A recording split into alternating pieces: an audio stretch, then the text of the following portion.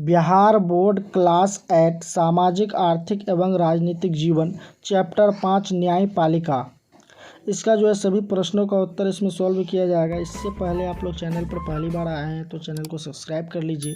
Video पसंद आया तो वीडियो को एक लाइक कर लीजिए। तो आइए क्वेश्चन नंबर एक में कह रहा है, क्या आपको ऐसा लगता है कि इस तरह की नई न्यायिक व्यवस्था में एक आम नागरिक किसी भी ताकतवर या अमीर व्यक्ति के विरुद्ध मुकदमा जीत सकता है? कारण सहित समझाइए। तो देखिए, इसको हम लोग यहाँ पर कारण सहित लिख के रखे हैं। इसका उत्तर है, इस तरह की नई न्यायिक व्यवस्था में एक आम नागरिक किसी भी ताकतवर या अमीर व्यक्ति के विरुद्ध मुकदमा तभी जीत सकता है जबकि न्यायाधीश ईमानदार हो। न्यायाधीश यदि ईमानदारी पूर्वक फैसला देगा तभी एक गरीब व्यक्ति अमीर व्यक्ति के खिलाफ मुकदमा जीत पाएगा। साथ ही उस गरीब आदमी के पास लंबी न्यायिक प्रक्रिया से गुजरने के लिए पर्याप्त पैसे होने चाहिए ताकि वह लंबे समय तक अपना केस लड़ सके। अब आइए क्वेश्चन नंबर 2 पर। क्वेश्चन नंबर 2 में कह रहा है, हमें न्यायपालिका की ज़रूरत क्यों है? तो इसका उत्तर है, कई बार लोगों का आपस में कुछ मुद्दों पर विवाद हो जाता है जो आपस में सुलझाना संभव नहीं होता है। यहाँ तक कि स्थानीय पंचायत में भी वे विवाद नहीं सुलझ पाते। तब फिर उस विवाद के निपटारे के लिए हमें न्यायपालिका की ज़रूरत पड़ती है। न्यायपालिका में संबंधित विवाद पर पक्ष विपक्ष के वकील बहस करते हैं। उन्हीं बहस को सुनकर हमारे संविधान में लिखित कानूनों के आलोक में न्यायाधीश न्याय करते हैं। अब आइए क्वेश्चन नंबर 3। क्वेश्चन नंबर 3 में कह रहा है, निचली अदालत से ऊपरी अदालत तक हमारी न्यायपालिका की संरचना एक पिरामिड जैसी है। न्यायपालिका की संरचना को पढ़ने के बाद उसका एक चित्र बनाएं। तो देखिए, इसका हम लोग एक यहाँ पर चित्र बना दिए हैं। सर्वोच्च न्याय, उसके बाद है उच्च न्यायालय, उसके बाद है जिला न्यायालय। तो इस तरह से हम लोग इसका बना के दिखा देंगे। सबसे पहले है सर्वोच्च न्यायालय, उच्च न्यायालय, जिला न्यायालय। अब आइए क्वेश्चन नंबर 4 पर। क्वेश्चन नंबर 4 में कह रहा है, भारत में न्यायपालिका को स्वतंत्र बनाने के लिए क्या क्या कदम उठाए गए? तो इसका उत्तर है, भारत में न्यायपालिका को स्वतंत्र बनाने के लिए इसे विधायिक और कार्यपालिका से सर्वथा स्वतंत्र रखा गया है। यहाँ तक कि सर्वोच्च और उच्च न्यायालय में न्यायाधीश की नियुक्ति प्रक्रिया में सरकार सीधे हस्तक्षेप नहीं कर सकती।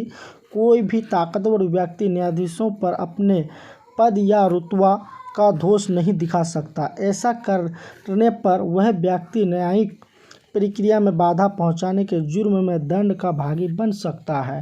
अब आइए क्वेश्चन नंबर 5। क्वेश्चन नंबर 5 में कह रहा है, आपके विचार में भारत में न्याय प्राप्त करने के रास्ते में सबसे बड़ी बाधा कौन सी है? इसे दूर करने के लिए क्या करना चाहिए?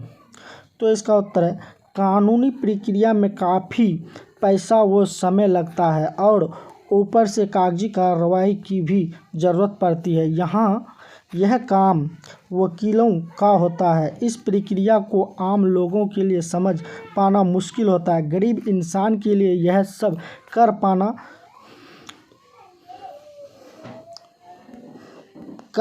समझ पाना मुश्किल होता है। गरीब इंसान के लिए यह सब कर पाना समझ पाना और लंबी अवधि तक चलने वाले मुकदमे के लिए आवश्यक धनराशि का जुगाड़ कर पाना मुश्किल होता है। कोर्ट कचहरी के काम में समय काफ़ी लगता है क्योंकि यह ध्यान रखना होता है कि जल्दीबाजी में किसी के साथ अन्याय न हो। इस वजह से कई साल खींचते जाते हैं और लोगों के लिए अपना काम धंधा छोड़कर नियमित रूप से कोई कोर्ट कचहरी जा पाना मुश्किल होता है। वैसे तो ये समस्याएं सभी वर्गों के लोगों के लिए है, पर गरीब लोगों के लिए तो ऐसा करना बेहद मुश्किल होता है। न्याय की प्रक्रिया में सुधार करने के लिए सभी तरह के न्यायालयों में न्यायाधीशों की नियुक्ति, गरीब वर्गों के लिए निःशुल्क या कम पैसों में कानूनी सहायता की व्यवस्था करना और जनहित याचिकाएं उपाय किए जाने जरूरी है। अब आइए क्वेश्चन नंबर इसका क्वेश्चन नंबर 6 में कह रहा है, अगर भारत में न्यायपालिका स्वतंत्र न हो तो नागरिकों को न्याय प्राप्त करने के लिए किन किन मुश्किलों का सामना करना पड़ सकता है। तो इसका उत्तर है, अगर भारत में न्यायपालिका स्वतंत्र न हो तो आम नागरिकों के न्याय प्राप्त करना मुश्किल ही नहीं असंभव हो जाएगा। एक तो पैसे वालों का बोलबाला हो जाएगा, दूसरे दबंगों की चलती हो जाएगी, फिर तो समाज में जिसकी लट्ठी उसकी भैंस वाली कहावत लागू हो जाएगी। गरीब आदमी यदि अस्वतंत्र न्यायपालिका में जाएगा तो वहाँ न्यायाधीश बिका हुआ तैयार मिलेगा, जो पैसों वाले के पक्ष में ही फैसला करेगा।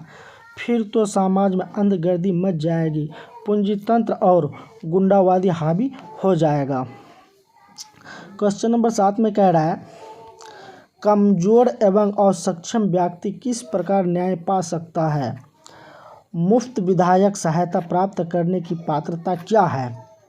तो इसका उत्तर है, प्रत्येक नागरिक जिसकी समस्त स्रोतों से आय प्रतिवर्ष 1 लाख रुपये हो, निःशुल्क विधिक सेवा के पात्र हो, संबंधित विधिक सेवा समिति के अध्यक्ष, प्राधिकरण के सह अध्यक्ष के अनुमोदन से किसी अन्य उपयुक्त मामले में भी मुफ्त विधिक सहायता प्रदान कर सकते हैं। अब लास्ट क्वेश्चन नंबर 8 में कह रहा है, लोक अदालत क्या है? लोक अदालत क्या है?